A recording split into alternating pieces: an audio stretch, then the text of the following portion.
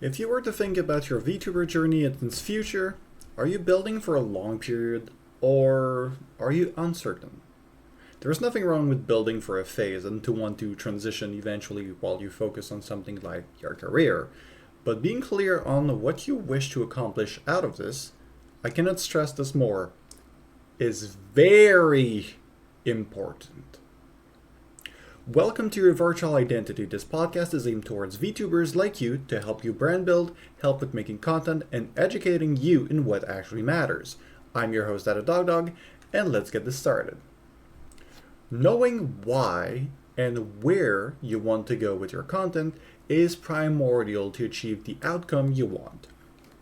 If you go for a ride on a bike without a specific place to end up at, you'll end up finding different places along the way, but they likely won't be exactly what you crave deep inside. With a proper destination in a GPS, you'll get to that fancier restaurant you wanted to try and have an amazing time. If you didn't forget your wallet, that is. But I guess that could be a fun story to tell. If you've listened to the last episode, you already know that being aware of why you're producing content in the first place will allow you to aim properly towards your future. If your current aim is to create right now is to express yourself, you might be able to build a moment, but you'll struggle without a proper plan to create something larger than your own limits. Your content is like a one-man company. Your biggest bottleneck is your own self. If you think small all your life, your content will never really take off more than you allow it to be. I'm not saying that this necessarily is wrong and that you should only aim for massive success on the long-term horizon, but thinking small is not what I personally want my life to be. If you have bigger dreams than to remain with a single to maybe two-digit viewerships, then you should think about what you want to stand for in the future. It will allow you to build towards this greater idea of yourself and reverse engineer your way to it. Being able to believe in this greater future, this version of a why will allow you to keep create through any hardship, low numbers, or doubt that plays your mind. You need to find a reason to keep creating even when nobody's watching, and even more when people have stopped watching if your content is on the decline.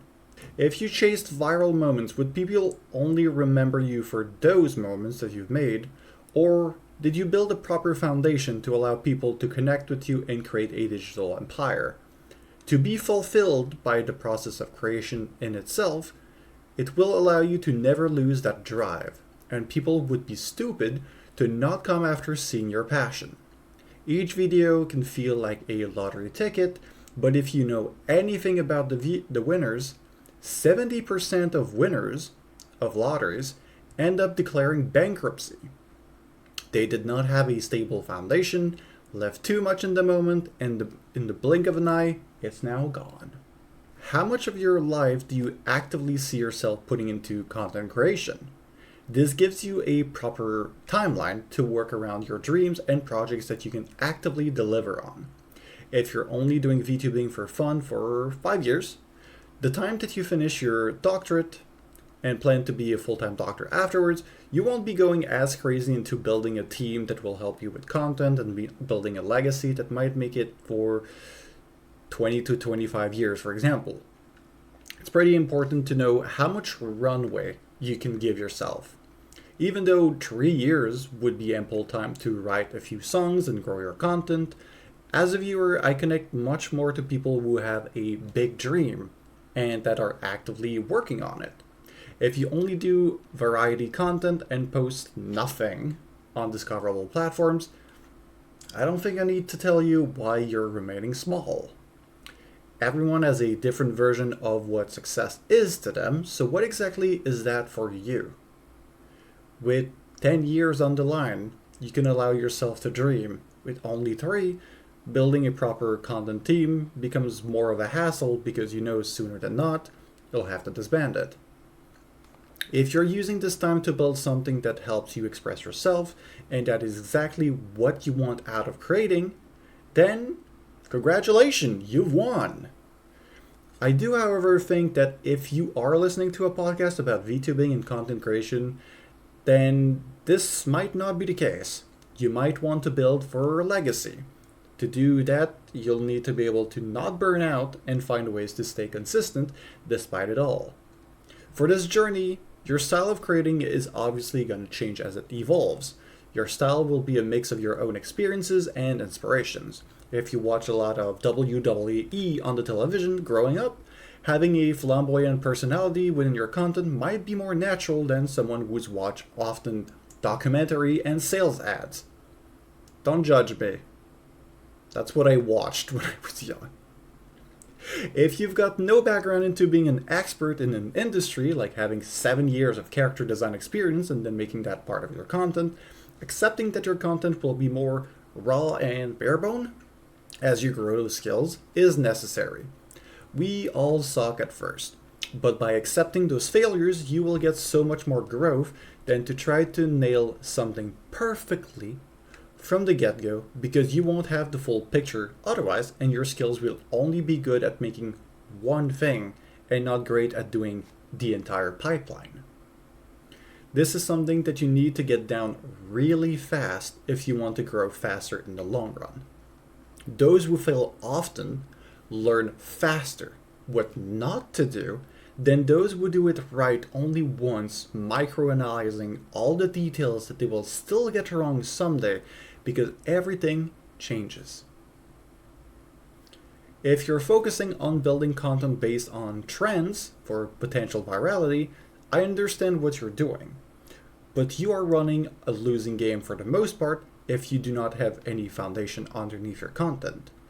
This will most likely leave you feeling restless, as each time something new pops up, you have a limited time frame of action to produce content.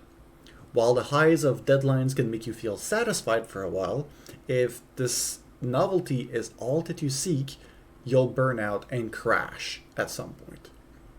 Very few people are able to maintain such a rhythm of life without breaking down. Having your own creative direction while still attempting virality on occasions, when relevant to your content, will be much better on your mental. If you realistically only chase trends, people will only know you as this and won't be able to properly connect and stay within your community. They'll see your content as chasing trends and will move on quite fast when you're not doing it. Well, while I did talk about this on a previous episode, chasing numbers often seems to be what people default to when they think of success. Do you ever spend any time thinking about who you are making content for? What do they get from watching your content? For some, reaching higher numbers and higher is what they want, bigger numbers, because it means better person. Thanks, Ludwig. If you'd rather have a much deeper impact with those you influence, you'll see that sometimes you might be even more well off than those trying to please everybody but being extremely shallow in their impact. Your ego should be put to the side and not tied into your metrics. Thanks for listening to this first part of the episode. It was your host, Datadogog, and I'll see you out there, Wanderers.